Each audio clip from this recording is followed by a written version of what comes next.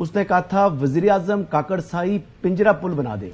تو پھر prime minister نے اس میٹر کو بھی دیکھا اور انہوں نے کہا جی کہ میں پنجرا پل بناتا ہوں۔ تو اب کیا الیکشن کمیشن کو بھی یہ کہنا پڑے گا کہ پرائم منسٹر کاکڑ سائی ان دونوں افسران کو ہٹا دے، یعنی یہ گانا گانا پڑے گا ان کو بھی؟ چلیں یہ لائٹر نوٹ حسن نے کہا ہے۔ اچھا سولنگی صاحب آپ نے میں اس پہ تبصرہ کرنا چاہوں گا۔ جی پلیز سولنگی صاحب، گو ہیڈ۔ دیکھیں، آپ آزاد پنچھی ہیں، آپ چاہے شاعری کر رہے ہیں چاہے گانے گائیں، آپ کو اختیار ہے، تو ہم آپ کو آپ کے اس حق سے محروم نہیں رکھ سکتے۔ میں صرف آپ سے یہی گزارش کروں گا کہ کیونکہ ایک قانونی ایک پروسیس چل رہا ہے، ایک آئینی ادارے، دو آئینی اداروں کے درمیان، تو جب ان کو بلایا گیا ہے تو وہ اس کی وجوہات دیں گے اور پھر اکارڈنگلی ہم ایکٹ کریں گے۔ اچھا سولنگی صاحب، چودھری غلام حسین صاحب بھی آپ سے سوال کریں گے، لیکن چودھری صاحب کے اوپر جانے سے پہلے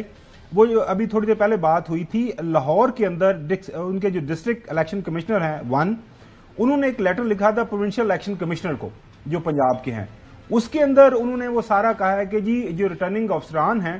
ان کے جو اختیارات اور یہ جو کاغذات نامزدگی جب جمع ہو رہے تھے تو کافی زیادہ مداخلت کی گئی ہے، تو اس حوالے سے آپ کو کچھ نہ ایکشن لینا چاہیے۔ انہوں نے کہا جی میں نے جو ٹیکنیکل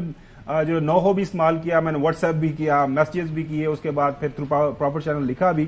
اس کے اوپر وزیر اعظم نے بھی یہ کہا ہے کہ ہم اس کو دیکھ رہے ہیں، اس کو نوٹ کر رہے ہیں، تو ظاہر ہے ایک بنیادی ذمہ داری جو چودھری صاحب بھی بات کر رہے تھے نگراں حکومت کی یہی ہے ایک لیول پلینگ فیلڈ، جو بھی کہیں سے شکایت آ رہی ہے تو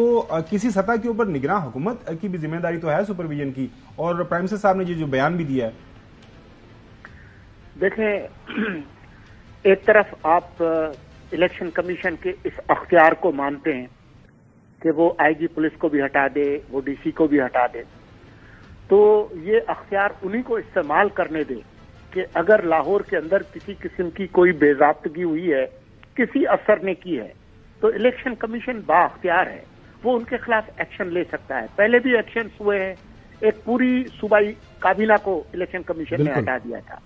10 کا واقعہ آپ کے علم میں ہے۔ جی بالکل۔ تو آپ اپنے اداروں پر اعتماد کریں اور الیکشن کمیشن کو اپنا کام کرنے دیں، اور اگر کہیں بے ضابطگی ہوئی ہے تو ان کو ایکٹ کرنے دیں، وہ کہے چیف منسٹر سے کہ فلاں فلاں لوگوں نے یہ کیا ہے، ان کے خلاف ایکشن لیں، تو اس طرح سے کریں۔ آپ یہ میڈیا کے ذریعے اس معاملے کو مینیج نہ کریں۔ چودھری غلام حسین صاحب آپ سے سوال کرنا چاہتے ہیں۔ جی چودھری صاحب۔ سولنگی صاحب، اس وقت دو مسئلے جو ہیں وہ تباہ کر رہے ہیں پاکستان اور اس کے سارے نظام کو۔ نمبر 1 ہے حد سے بڑی ہوئی دہشت گردی، کبھی 2 کبھی 4 کبھی 24 کبھی 10 کبھی 15۔ ہمارے فوجی جو ہیں وہ شہید ہو رہے ہیں، ہمارے سولین جو ہیں وہ ان کو شہید کیا جا رہا ہے، اور پورے ملک میں ایک جنگ و جدل، ایک پاکستان کے ریاست کے خلاف جنگ جاری ہے دشمنوں کی طرف۔ ایک یہ مسئلہ ہے۔ دوسرا ہم دیکھ رہے ہیں کہ بلوچستان کے لوگ اپنے سو کالڈ حقوق کے لیے اسلام آباد تک پہنچ گئے ہیں، ان کو کسی نے نہیں روکا اتنے 100 کلومیٹر، اور بلوچستان کے گلی محلوں میں پاکستان کی مسلح افواج پاکستان اور ریاست کے خلاف بکواس کی جا رہی ہے، معاف کرنا۔ تو پاکستان کے لوگوں کا چاہیے کہ فوج اور عوام کا متحدہ ہاتھ بنا کے دشمنوں کا پیچھا کیا جائے، اور جو یہ ناپاک عزائم رکھتے ہیں ان کا سر کچلا جائے، ان کو پھانسیوں پر لٹکایا جائے، انہیں قرار واقعی سزا دی جائے۔ اس طرف توجہ نہیں ہے، ہم اور ہی کاموں میں لگے ہوئے ہیں کہ اس کے کاغذ چھین لو، اس کو مار دو، اس کو عورت کو، یعنی ایک بڑے خاندان کی خاتون جو ہے وہ گیٹ پر بیٹھنے پر مجبور ہو گئی۔ تو ہو از میننگ آل دس؟ چودھری صاحب، میرے خیال میں شاید اتنی شدت سے اتنے سخت الفاظ استعمال نہ کروں، میری جو ذمہ داری ہے اس کا تقاضا یہ ہے، لیکن میں آپ سے اس حد تک اتفاق کرتا ہوں کہ ملک کے جو اصل مسائل ہیں وہ وہی ہیں جو آپ نے بتائے، اور میں آپ کا شکریہ ادا کرتا ہوں کہ جو اصل مسائل ہیں ان کی طرف آپ نے توجہ دلائی۔ بہتر ہوگا کہ ہم ان پر ایک قوم کے طور پر سنجیدگی سے گفتگو کریں، اور اس کو نہ دیکھیں کہ جی فلاں کی کون سی پارٹی ہے اور فلاں کی کون سی جماعت ہے آپ کا کون سا نظریہ ہے اور میرا کون سا نظریہ ہے، جو بھی ہمارے نظریات ہوں، سرخ، سفید، سبز، پیلے، نیلے، ملک ہمارا ایک ہے، اور یہ وہ مسائل ہیں حقیقی جو چاہے دہشت گردی کے ہوں، انتہائی سخت جو سیاسی تقسیم پولرائزیشن کے ہوں، معیشت کے ہوں، قانون کی حکمرانی کے ہوں، یہ آپ کے ملک کے آئین کی پریمبل میں، تمہید میں لکھا ہے کہ یہ ملک اس کے منتخب نمائندے چلائیں گے۔ جتنا جلد ہم اس طرف جا سکیں یہ سب کے لیے بہتر ہوگا، اور مجھے امید ہے کہ آپ اور آپ کے جو دائیں بائیں جو دوست بیٹھے ہیں وہ سب مل کر اس میں اپنا حصہ ڈالیں گے۔ سولنگی صاحب بہت شکریہ وقت دینے کے لیے۔ ناظرین بریک کی طرف جانا ہے، بریک کو بتائیں گے جو پہلا فیز ہے جو جنرل انتخابات کی طرف ہم جا رہے ہیں، عام الیکشن ہونے جا رہے ہیں 8 فروری کو، وہ جو فارم شام جمع ہو گئے ہیں، اب اسکروٹنی چل رہی ہے ملک کے طول و عرض کے اندر، کہاں سے کس نے فارم جمع کروائے اور کس طرح کا انتخابی مارکہ ہم دیکھنے کو جا رہے ہیں 8 فروری کو۔ Stay with us. Welcome back ناظرین، پہلا جو فیز تھا کاغذات نامزدگی جمع کروانے کا، وہ آپ نے دیکھا کہ بہت زیادہ ایکسائٹمنٹ تھی پورے ملک کے اندر، کراچی سے لے کے خیبر تک ہر جگہ ہر حلقے کے اندر جو ہے ہم دیکھ رہے ہیں کہ تمام سیاسی جماعتوں کی طرف سے کاغذات نامزدگی جمع ہوتے رہے۔ سوشل میڈیا کے اوپر کچھ جھوٹی سچی رپورٹنگ ہوتی رہی، کہیں پہ کچھ واقعات پرانے لگا دیے گئے، لیکن ظاہر ہے ایک تاثر جو بنا، خاص طور پر جب لاہور کے ڈسٹرکٹ الیکشن کمشنر نے لکھا اپنے جو چیف الیکشن کمشنر پنجاب کے کو کہ پولیس جو ہے وہ کافی زیادہ مداخلت کر رہی ہے، تو کائنڈلی اس کا ذرا تدارک کریں۔ اس حوالے سے ظاہر ہے آنے والے دنوں کے اندر ابھی جو سولنگی صاحب بتا رہے تھے وہ بھی جو ہے کہ جو الیکشن کمیشن جو آئیڈینٹیفائی کرے گا، الیکشن کمیشن نے سپریم کورٹ کے حکم کے جواب میں کہہ دیا ہوا ہے کہ کہیں سے بھی ہمیں خبر ملی، ہمارے پاس شواہد آئے تو ہم ان افسران کے خلاف FIRs کروائیں گے جنہوں نے جو بھی ان کے اپنے جو ان کی ڈیوٹی ہے اس سے زیادہ انہوں نے جو بھی حد عبور کی تو ان کو اس کا جواب دینا پڑے گا۔ لاہور کے اندر ناظرین بڑے انٹرسٹنگ مقابلے ہونے جا رہے ہیں۔ ہمارے جو تاحیات قائد نواز شریف صاحب کا مقابلہ، اگر کاغذات نامزدگی سالگرہ ہے وہ تو ہم مبارک نہیں دیتی، آج ان کی بھی سالگرہ ہے 74۔ ہاں چاہے صاحب دیکھو نا یہ دلاں دیاں محبتاں تواڈے نا تواڈیاں دلاں دے محبتاں دیکھو نا، حسن ایوب نو تو بالکل یاد ہی نہیں رہا، تو میں تے ویسے ہی تانوں پتہ ہے میں تے ویسے ہی تسی دعا نے بدنام کاغذی آ گئے پھر انہوں نے پیروکار۔ نہیں میں بالکل نہیں، میں ذرا زیادہ ایکسائٹمنٹ میں ہوں نا، آج کل جو الیکشن لڑنے جا رہے اتنے عرصے کے بعد فورتھ ٹائم پرائم منسٹر وہ بننے جا رہے ہیں، ویسے تانوں صدمہ ہوئے گا کہ سولنگی صاحب دے بیان دی روشنی چ مینوں لگا کہ وہ کمشنر کی نا ہے کمشنر اور IG نو کوئی نہیں تبدیل کر رہے، ڈپٹی کمشنر۔ ہاں نہیں اچھا نہیں، وہ تو میں پہلے کہ میں نے تو ٹویٹ کر دیا، ساری دنیا چینل چلا رہے ہیں کہ IG اور ڈپٹی کمشنر کو تبدیل کر دیا گیا ہے۔ میں آپ کو بتا دوں کہ اسی ٹائم ہی میں نے کوٹ کیا۔ Why don't you take prime minister seriously? Prime minister نے لیٹر لکھا ہے یار، آپ کو یہ پڑھے کیا لکھا ہے اس کے اندر؟ سر یہ آنکھوں کا لیکن دھوکہ ہے، سولنگی صاحب نے کہا میں آپ کو بتا رہا ہوں یہ آنکھوں کا دھوکہ ہے۔ جب کرنا ہو نا کسی کو تبدیل، جس طرح مرتضیٰ سولنگی صاحب کہہ رہے تھے جی ہم آئینی اور قانونی طریقے سے دیکھیں گے، کریں گے، پرائم منسٹر کے لیے یہ 5 منٹ کا کام ہے کرنے والا۔ پرائم منسٹر ایگزیکٹو آرڈر دے نا کہ جی یہ IG صاحب فارغ ہیں، کیبنٹ کے سرکولیشن کے ذریعے منظوری لیں کہ جی IG صاحب آپ گھر جائیں، اور ڈپٹی کمشنر کو تو ویسے ہی وہ ٹرانسفر کر سکتے ہیں، اس کے لیے کیبنٹ کی منظوری کی ضرورت نہیں ہے۔ اس وقت جو حکم ہے وہ الیکشن کمیشن آف پاکستان کا چل رہا ہے، الیکشن کمیشن نے لکھا ہے نا جی، سیکرٹری الیکشن کمیشن کا لیٹر ہے عمر صاحب۔ اچھا ناظرین، لاہور کے اندر نواز شریف صاحب جو ہے تاحیات قائد، ان کا مقابلہ یاسمین راشد PTI کی ان کے ساتھ متوقع ہے۔ اسی طرح جو ہے مریم نواز کا مقابلہ IPP کے جو عبدالعلیم سے، پتہ نہیں اب کیا وہاں پہ سیٹ ایڈجسٹمنٹ ہوتی ہے۔ اسی طرح مریم صاحبہ سرگودے میں بھی جا رہی ہیں، وہاں پہ پنجوتھا صاحب جو وکیل ہیں وہ الیکشن لڑ رہے ہیں۔ حمزہ شہباز صاحب کا عبدالعلیم صاحب سے یہ بھی مقابلہ ایکسپیکٹڈ ہے، اب ظاہر وہاں پہ معاملہ چل رہے ہیں۔ لیکن واپس اسی سٹوری کی طرف آتے ہیں کہ یہ جو تاثر پایا گیا خاص طور پر، یہ سے فارم تو سارے جمع ہو گئے ہیں، کسی کا فارم رکا تو نہیں؟ یہی بات ہے نا، سب فارمز جمع ہوئے ہیں۔ پنجاب کے اندر سب سے زیادہ شور کیا گیا نا، پنجاب کے اندر یہ ہو رہا ہے، تمام جو انسیڈنٹس رپورٹ کیے گئے وہ پنجاب کی 8 ڈویژن سے۔ اچھا اس میں ٹوٹل 700 جو ہے کاغذات نامزدگی جمع کرائے ہیں تحریک انصاف کے جو امیدوار ہیں، جو ابھی تو انڈیپینڈنٹ ہی ہے، 12 تاریخ تک آپ نے ٹکٹ جمع کرانا ہے۔ اب اگر بلا مل گیا تو پھر وہ اپنا جو ہے وہ ٹکٹ جمع کرا دیں گے، اور پارٹی کی رجسٹریشن نہ ہو سکی اس لحاظ سے جو کہ ان کے انٹرا پارٹی الیکشنز کو قبول نہ کیا اگر، تو وہ فیصلہ برقرار رہا الیکشن کمیشن کا، تو پھر ان کو انڈیپینڈنٹلی جانا پڑے گا۔ 240 جو ہیں وہ نیشنل اسمبلی کے اوپر، اور 450 سے زائد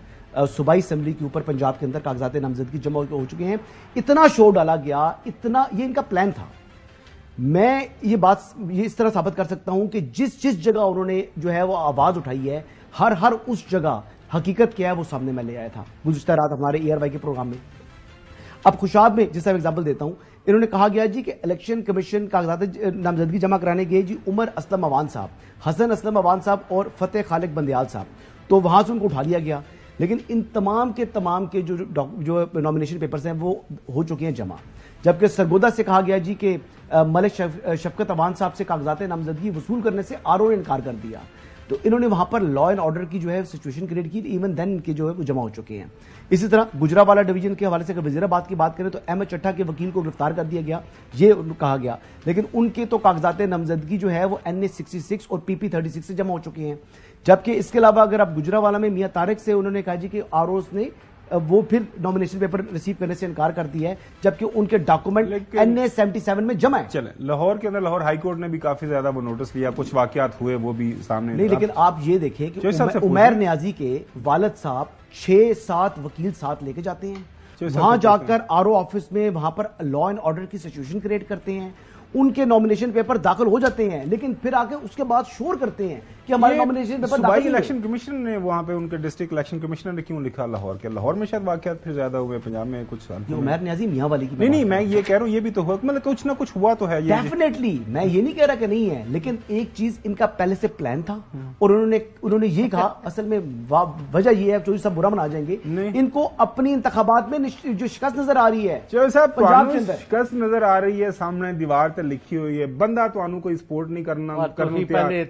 نہ کوئی ووٹ دینے تیار ہے, نہ تھوڑی کوئی ٹکٹ لینے تیار ہے. PTI کا کوئی امیدوار نہیں ہوگا, PTI کا کوئی نام لیوا نہیں ہوگا, تو پتہ لگ گیا جی پھر خابر صاحب بس کرو ہونا. ان جماعت ہی کو ایک SHO RO کے سامنے سے لے گیا اٹھا کے, اور اس کو لے گیا نہیں تو اندر کرو, ہائی کورٹ نے آرڈر دیا. یہ 300 واقعات ہو چکے ہیں, ہمیں کسی کی دفاع کرنے کی ضرورت نہیں, نہ بڑھانے چڑھانے کی. سارے کے سارا الیکشن کمشنر کا جو لیٹر ہے چیف سیکرٹری کو اور چیف الیکشن کمشنر کو, وہ آپ نے خود پڑھ لیا ہے کہ جناب یہاں کیا تماشا ہوا ہے. صاحب وہ تو گل ٹھیک ہے, بلال ورک کا کیا ہوا تھا, بلال ورک صاحب کا کیا واقعہ تھا؟ اچھا چوہدری صاحب, وہ اصل جو ایشو یہ ہے کہ ان بلا تے ہے کو نہیں تے کھیڑنا کدے نال نہ, مطلب گیند نہ بلا فکر نہ کرو. اچھا جہدے نال ووٹر نے نا وہ تسی کچھ نہیں کر سکتے, یو آر سیڈلی مسٹیکن. آپ کیوں وہ میں نے اس شو میں بولا تھا, ایک نجی چینل پہ میں گیا تھا, تو میں نے ان کو محترمہ تھی تو ان کو بتایا, میں نے کہا میں پہلی مرتبہ لاہور گیا تھا نا, تو وہاں پر لکشمی چوک میں جب میں بٹ کڑائی دیکھا تو میں نے دیکھا روڈ کے اس طرف بھی بٹ کڑائی, ادھر پیچھے مڑ کے دیکھا بٹ کڑائی. میں کنفیوز ہو گیا, اور ہر ایک پر لکھا ہوا ہے اصلی بٹ کڑائی. تو پھر میں نے فون کیا لاہور کے لوکلز کو, پتا کیا, پھر انہوں نے کہا جی فلاں والی جو ہے نا وہ آپ چلے جائیں. تو وہاں پر گئے تو پھر اور دو لوگوں سے پوچھا, تو ان کا یہ اصلی بٹ کڑائی ہے. تو یہ اصلی تحریک انصاف کا امیدوار کون ہوگا, یہ بھی بٹ کڑائی والی صورتحال ہوگی لکشمی چوک میں. اچھا چوہدری صاحب, یہ قانونی پوچھتے چوہدری صاحب لاہور کے اندر یہ صنم جاوید کا کیا معاملہ ہے, وہ ریزرو سیٹ کے اوپر ہے یا وہ الیکشن لڑ رہی ہے مریم نواز کے؟ اس نے کاغذ جمع کرائے ہیں. اچھا, کاغذات جمع کروائے ہیں, تو آپ کسی PTI کے ترجمان کو بلائیں نا. نہیں, آن گراؤنڈ سے رپورٹنگ کی بات کریں, آن گراؤنڈ جو حقائق سامنے آ رہے ہیں ان کی بات کریں. میں اب رپورٹنگ آن گراؤنڈ تو نہیں, میں نے کہا شاید انفارمیشن ہوتی ہے نا آپ کے پاس, جس طرح یہ ابھی حسان نیازی صاحب جنہوں نے 9 مئی کو, آپ کو پتا ہے نا کہ کور کمانڈر کا جو یونیفارم تھا وہ لہرا رہے تھے, ٹراؤزرز ان کی کر رہے تھے, تو یہ ان کے بارے میں بھی PTI والے کہہ رہے ہیں جی کہ ہمارے حسان نیازی کے لیے پرابلم ہے, مطلب ہی از ان جیل کسٹڈی. اب ان کا تو اب کیس ملٹری کورٹس میں جائے گا نہیں جائے گا وہ بات کی بات ہے, وہ سپریم کورٹ کے حتمی فیصلے کے اوپر اس پر ڈیپینڈ کرتا ہے. لیکن ایسے بندے کو جب آپ اپنا امیدوار بنا رہے ہیں تو اس کا مطلب ہے کہ آپ 9 مئی سے لا تعلقی نہیں کر رہے. اور میں آپ کو یہ بتا رہا ہوں کہ ان کا یہ ایک طرف سے کہتے ہیں کہ وہ برا ہوا, لیکن لوگ یہ ہمارے نہیں ہیں, لیکن پھر آپ کے لوگ نہیں ہیں تو پھر ٹکٹس بھی آپ کہہ رہے ہیں ان کو اپنے بنا رہے ہیں, امیدوار بنا رہے ہیں. چلیں ناظرین, ایک چھوٹی سی بریک کی طرف جانے. بریک کے بعد جو اس وقت حالات و واقعات بن رہے ہیں, اب آئندہ جو ظاہر ہے آج کے بعد 45 دن رہ گئے ہیں جب ملک کے اندر جنرل الیکشنز ہوں گے, ایک بہت زبردست انتخابی مارکا ہوگا. ابھی تک کی جو اسیسمنٹ ہے ناظرین, اس کے جو بات کرنے جا رہے ہیں کہ کیا جو پاکستان تحریک انصاف کو کھیلنے کے لیے بلا ملے گا یا پھر کسی اور نشان کے اوپر یا مختلف ان کے جو امیدوار ہیں نشانات کے اوپر ہی ان کو الیکشن لانا پڑے گا, اس کو بات کریں گے آفٹر بریک. ویلکم بیک ناظرین, آپ کو پتا الیکشن کمیشن کے ایک فیصلے کے نتیجے میں بلا جو نشان ہے تحریک انصاف سے لیا جا چکا ہوا ہے, لیکن پاکستان پیپلز پارٹی والے کہتے ہیں کوئی مسئلہ نہیں, بلا ملنا چاہیے, کھل کے جو ہے میدان کے اندر مزہ آتا ہے الیکشن لڑنے کا.